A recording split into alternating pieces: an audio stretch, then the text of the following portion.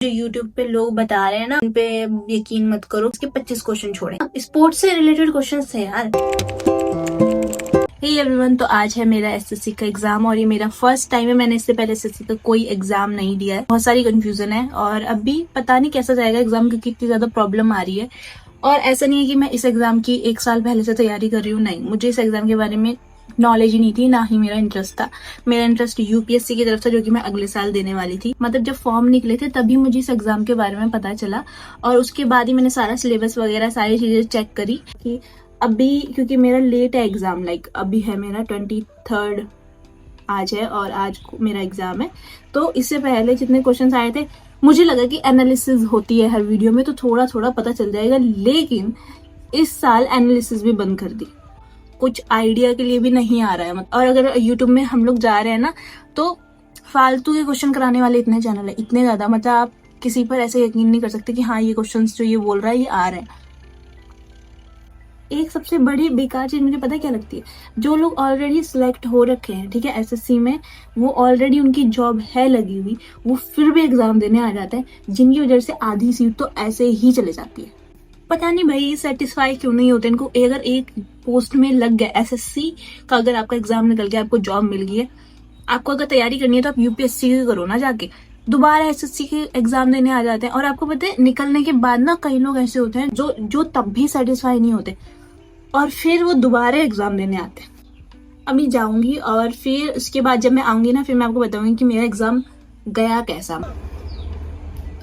मुझे टेंशन लेनी ही नहीं, ठीक है, मैं बिना टेंशन के जाने वाली हूँ और एग्जाम दे के आऊंगी। होप सो जो मैंने पढ़ा है वो आ जाए और मेरा एग्जाम क्लियर हो जाए। और अगर क्लियर हो जाता है तो फिर मैं आपके साथ अपनी स्ट्रेटेजी भी शेयर कर सकती हूँ। अगर नहीं होता है तो एक्सपीरियंस शेयर कर सकती हूँ। नेगेटिव नहीं सोचो। I am ready.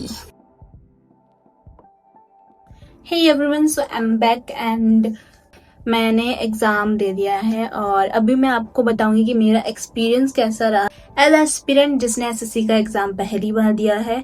और आपको कुछ टॉपिक्स मैं बता दूंगी या दूसरी वीडियो में बना दूंगी। इससे पहले मैं आपको बता देती हूँ, मैंने 2 एग्जाम दिए हैं और उस 2 एग्जाम में मेरा एक एग्जाम ऐसा था जिसमें मेरा फिजिकल क्लियर हो गया था, रिटन क्लियर नहीं हुआ था। एंड एक एग्जाम ऐसा था जिसमें मेरा रिटन क्लियर हो गया था, लेकिन मेरा स्किल टेस्ट था वो दूसरे स्टेट पे पड़ा था जाके और मैं वहां नहीं गई थी। और इसलिए नहीं गई थी क्योंकि स्किल टेस्ट जो था वो उसके लिए अच्छी खासी प्रैक्टिस चाहिए रहती है। और मैंने नेट पे भी सर्च मारा, मुझे उसमें ज्यादा कुछ मिला नहीं और मेरे आसपास कोई उसकी कोचिंग अवेलेबल नहीं थी, ठीक है।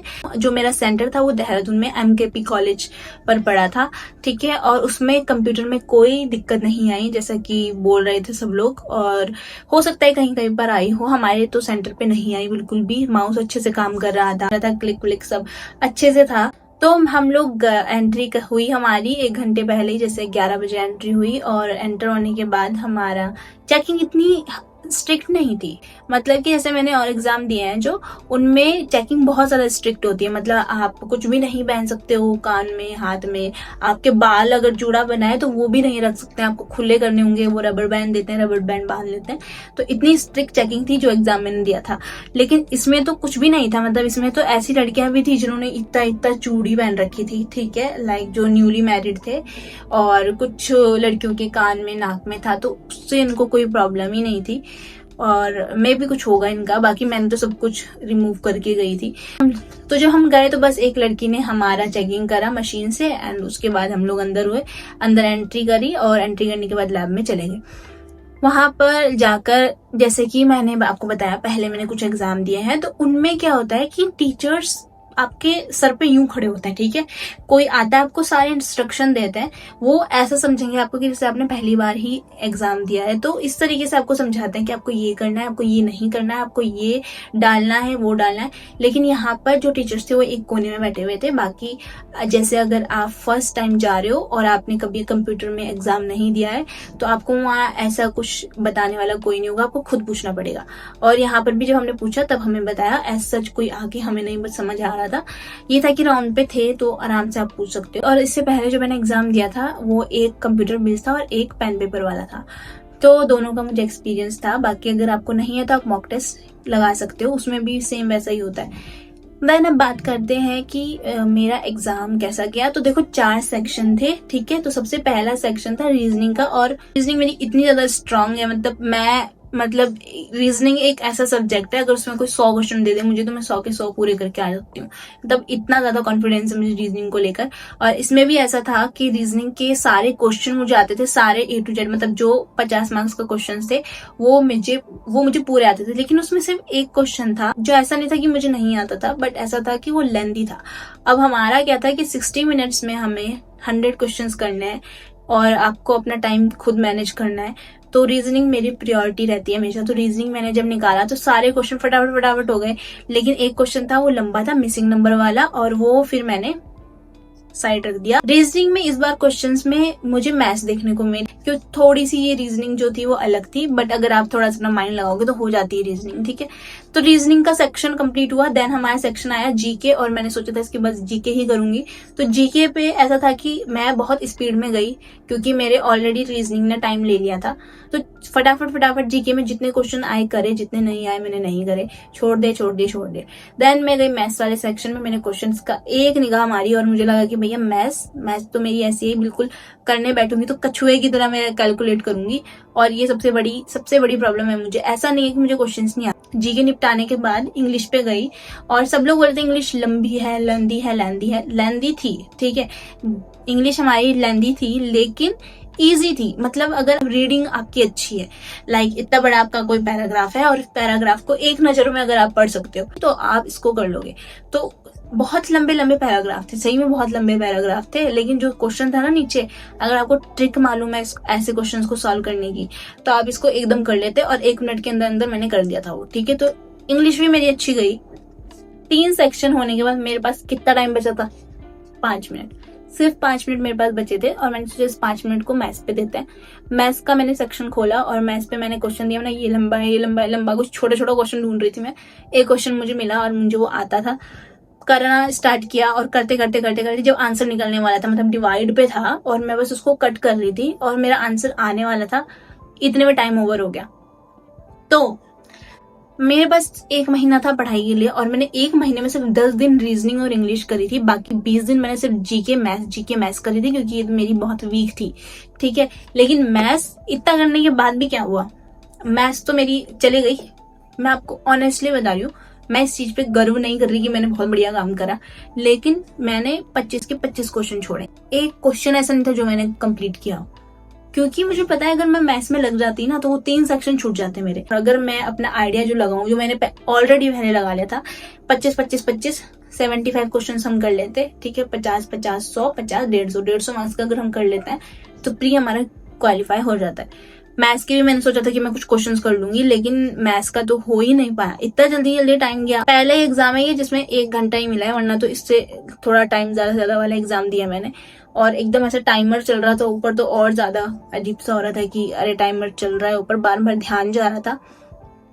तो ये था मेरा ऐसा एग्जाम हुआ, ठीक है। मैथ्स मैंने पूरी छोड़ दी, सिर्फ 3 सेक्शन करे हैं मैंने। ऐसे टाइम वाले लोग तो पहले ही इतना ज्यादा डर गए होंगे, लाइक मेरा भी ऐसा था कि बस पहली बार एग्जाम दे रहे हैं और उल्टा इतनी सारी प्रॉब्लम्स आ रही है, इतना ज्यादा प्रॉब्लम आ गई है, centre change, question paper change, ये चेंज वो चेंज, अजीब सी चीजें आ गई हैं। तो ऑलरेडी जो बच्चों का मोटिवेशन होता है यहाँ से यहाँ हो जाता है, ठीक है। लेकिन जैसे मैंने आपको बताया, आपको बिल्कुल भी डिमोटिवेट नहीं होना है। लाइक मी, मेरा एग्जाम अच्छा गया, मेरा बेकार नहीं गया, बट ऐसा होता है कि 1 मार्क से भी इंसान रह जाता है। तो मैं भी ऐसा हो सकता है कि 1 मार्क से मैं पीछे रह जाऊं। तो ऐसा नहीं है कि अब मैं सोचूं बैठ के रोने लग जाऊं, क्योंकि हमें क्वेश्चन तो पता ही नहीं है ना, आंसर भी पता ही नहीं है। तो ऐसा नहीं हो सकता कि हम बैठ के बस रोने लग जाते हैं। हमें ये सोचना है कि हमारे साथ कंपटीशन में कितने सारे लोग हैं।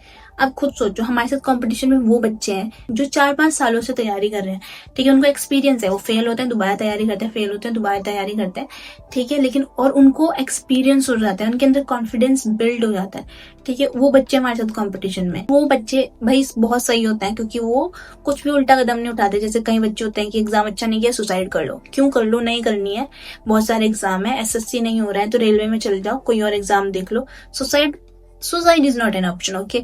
वो आपके दिमाग में आना भी नहीं चाहिए, कभी भी नहीं आना चाहिए, चाहे कोई कुछ भी कह रहा हो, ठीक है। हर कोई इतना इंटेलिजेंट नहीं होता, मैं भी इतनी इंटेलिजेंट नहीं हूँ कि मैं एक बार में एग्जाम क्लियर कर लूँ, ठीक है। वो लक होता है कभी कभी, और कभी कभी लोग होते हैं जिनको ज्यादा मेहनत नहीं करनी पड़ती, वो पढ़ते हैं और उन्हें जल्दी से याद हो जाता है। कुछ लोग होते हैं जो बहुत ज्यादा पढ़ते हैं लेकिन तब भी उन्हें कुछ चीजें याद नहीं रहती है, ठीक है। लाइक मेरा एग्जाम होगा नहीं होगा, ठीक है, वो बाद की बात है।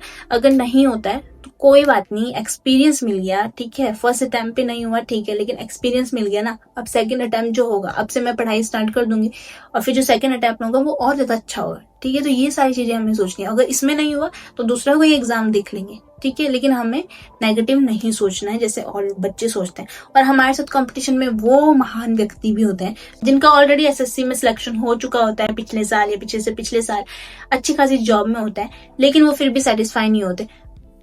मुझे तो समझ नहीं आता ऐसे बच्चों को क्या चाहिए। मतलब आप ऑलरेडी एक जॉब में हो, ठीक है, एसएससी का एग्जाम आपने क्लियर कर लिया, पिछले साल का मानो आपने क्लियर किया है, इस साल आप फिर बैठ गए हो क्योंकि आपको अपनी जॉब अच्छी नहीं लग रही है। पिछले साल की सीट आपने बर्बाद करी, इस साल आप फिर सीट बर्बाद करने आ गए, 2 बच्चों की सीट तो खा गए आप लोग।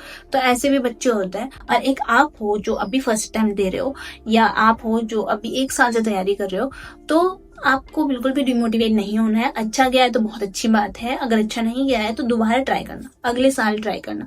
इसके साथ आज जो छोटे छोटे एग्जाम्स आते हैं, लाइक रेलवे का कोई एग्जाम आ रहा है तो उस पर ट्राई करो, ठीक, लेकिन ट्राई करते रहो, मतलब आपको हार नहीं माननी है। That is what I am saying, ठीक है। और ऐसा नहीं कि मैं कोई बहुत अच्छी पोस्ट में ना, और ऐसा भी नहीं कि मैं उन बच्चों में से हूं जो एक बार में एग्जाम क्लियर कर लेती है ना, लेकिन मैं उन बच्चों में से हूं जो हार नहीं मानता है। मतलब कि अगर मैं इस एग्जाम में क्लियर नहीं हो पाता है, नेक्स्ट ईयर ट्राई करूंगी, नेक्स्ट एग्जाम के लिए ट्राई करूंगी, लेकिन ट्राई करती रहूंगी जब तक कि मेरा सिलेक्शन नहीं हो जाता है। और यही स्पिरिट आपके अंदर होनी चाहिए, डिमोटिवेट नहीं हो जाना है, रोने नहीं लग जाना है, सुसाइड नहीं करने लग जानी है, ठीक है ना। तो बस इतनी सी बात याद रखो, बाकी तो टॉपिक्स पे आता है, ठीक है।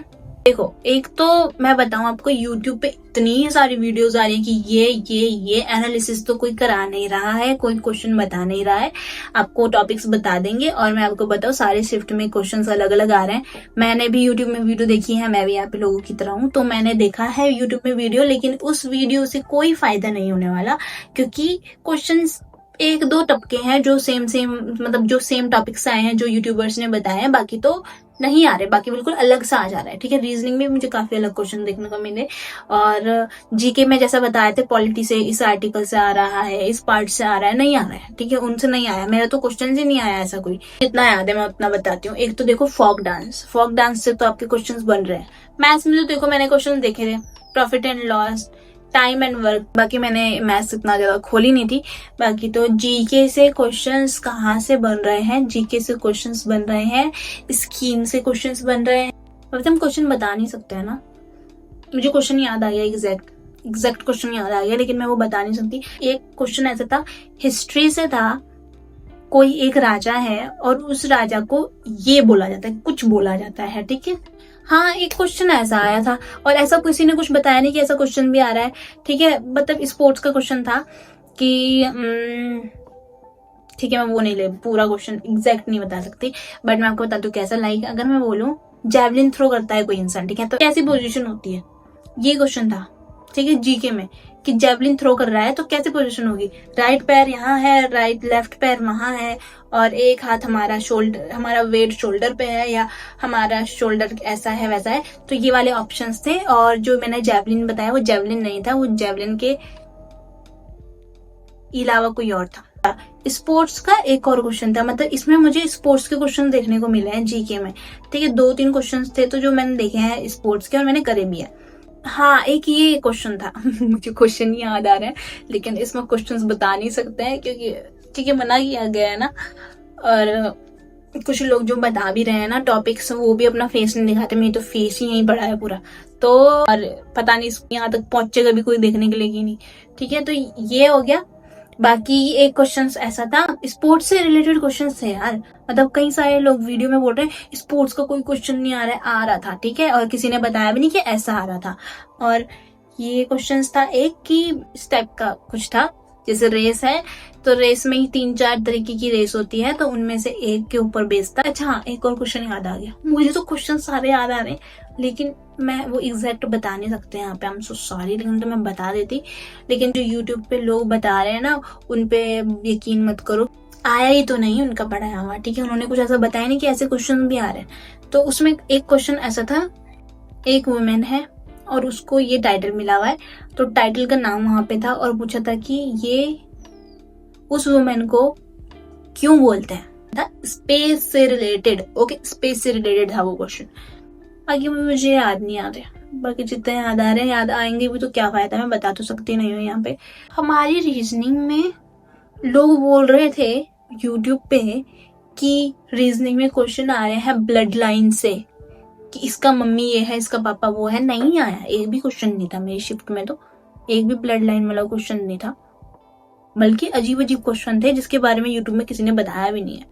तो that's it for today and thank you for watching. This is just a video about my experience and to let you know guys that you don't have to take stressed. okay, आप कर सकते हो, इस बार नहीं हुआ तो अगली बार हो जाएगा, जरूर होएगा, आपको मेहनत थोड़ी डबल करनी पड़ेगी। Thank you for watching, I hope ये वीडियो अच्छी लगी होगी, जिसने भी देखी होगी नहीं देखी होगी, मैं तो बस अपना एक्सपीरियंस शेयर कर रही हूँ।